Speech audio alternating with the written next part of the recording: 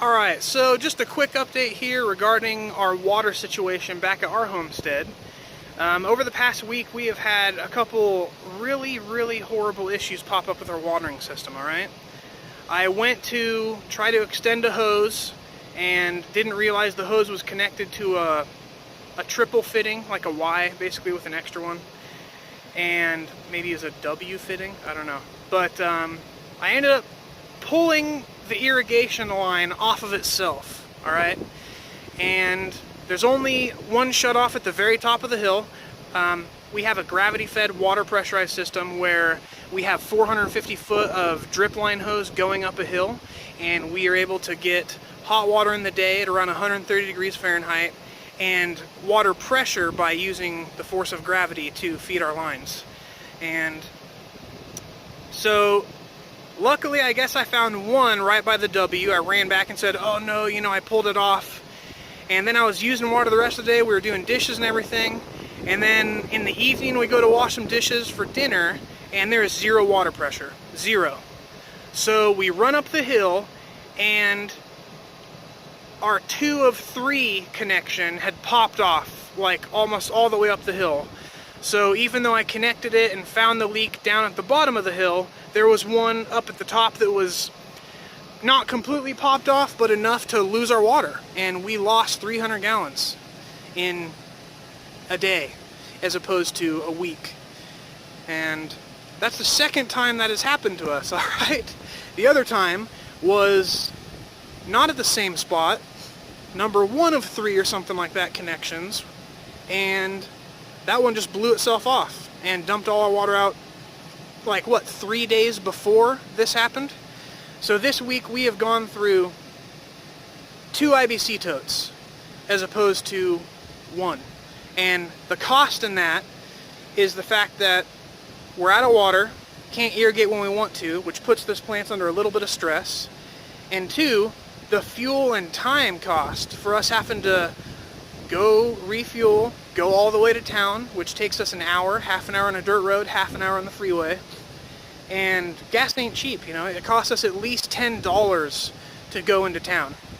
And so, unfortunately, we had to pay $20 to obtain 600 gallons that we then dumped out to the desert. I know the weeds are really thanking us because they're bright, vibrant green and growing like crazy around the spots where the leaks occurred. So what we've chosen to do is switch up our setup a little bit, alright? Instead of having the gravity run system right now, we are basically hooking up our pump directly to our irrigation line all the way down at the bottom of the hill and just rolling the truck right up to it and irrigating out of the back of the truck. I think what we're going to do is we're probably going to move one of the totes all the way down to the bottom of the hill and use one of the other deep cycle batteries we've purchased and another pump we have, which is, not super high pressure output, but it's enough to feed a drip line, and just have that water dedicated to irrigation. Okay, now this actually will solve a problem and create one at the same time. One, the problem that is solved is I will be able to irrigate when the sun is out. Before I did that, without realizing it, I was pouring scalding water on my plants, and I didn't kill one, but I could see it wilt before my eyes before I ran and grabbed some cold water to douse it. And that will be nice, because then the water temperature will be completely controlled and will not be very hot for the plant's irrigation, okay?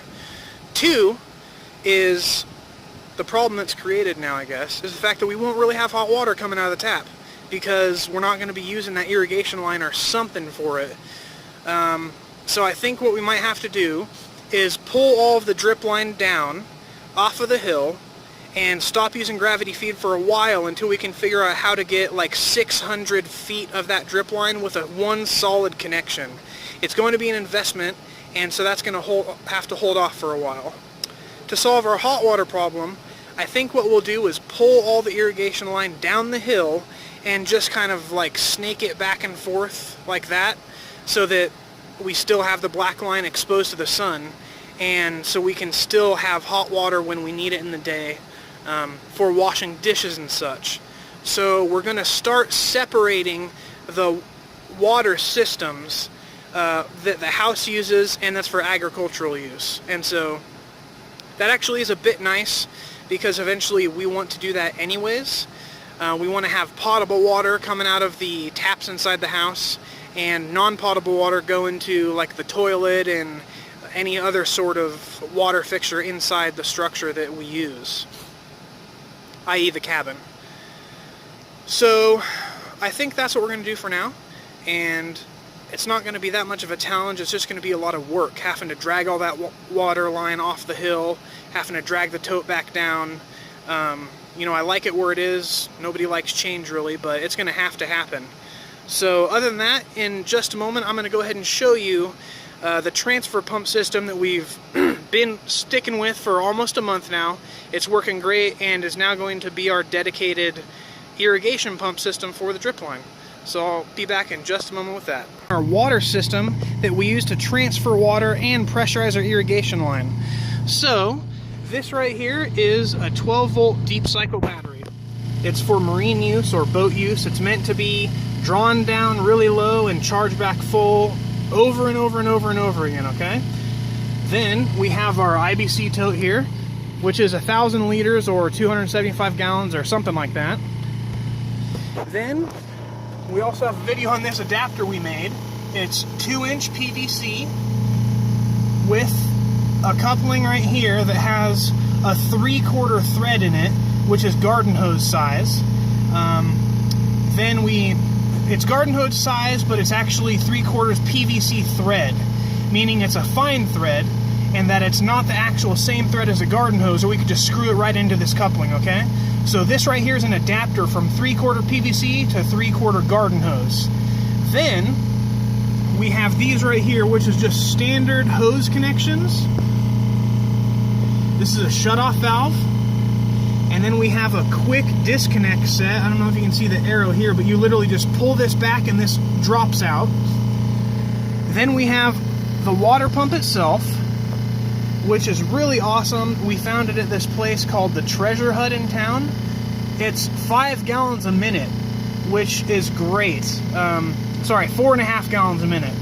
It's way more pressure than a standard faucet, and I'll show you in just a second how much water it's dumping out. We then have the power leads coming off of this, you know, red and black, going right to the battery. And if we want to turn it off, normally we just disconnect one of these leads and it'll kill itself.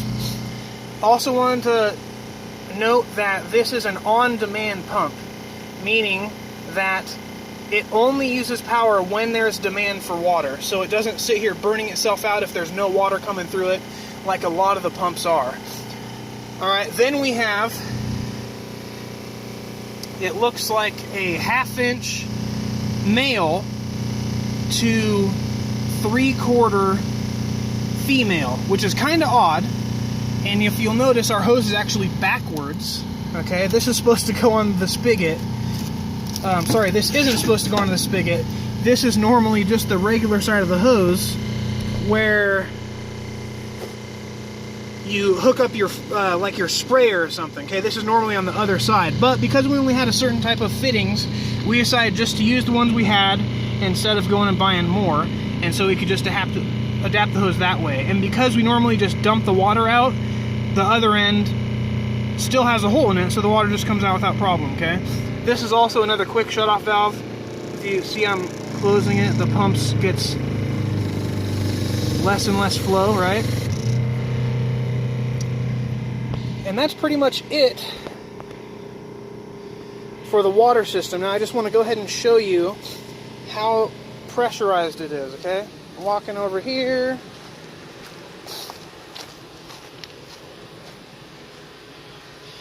Right now we're doing a water transfer for some cat water, and this is also the irrigation water for the plants. So here's the hose that I'm talking about. You'll see in a second what I mean by the hose is backwards. You see that?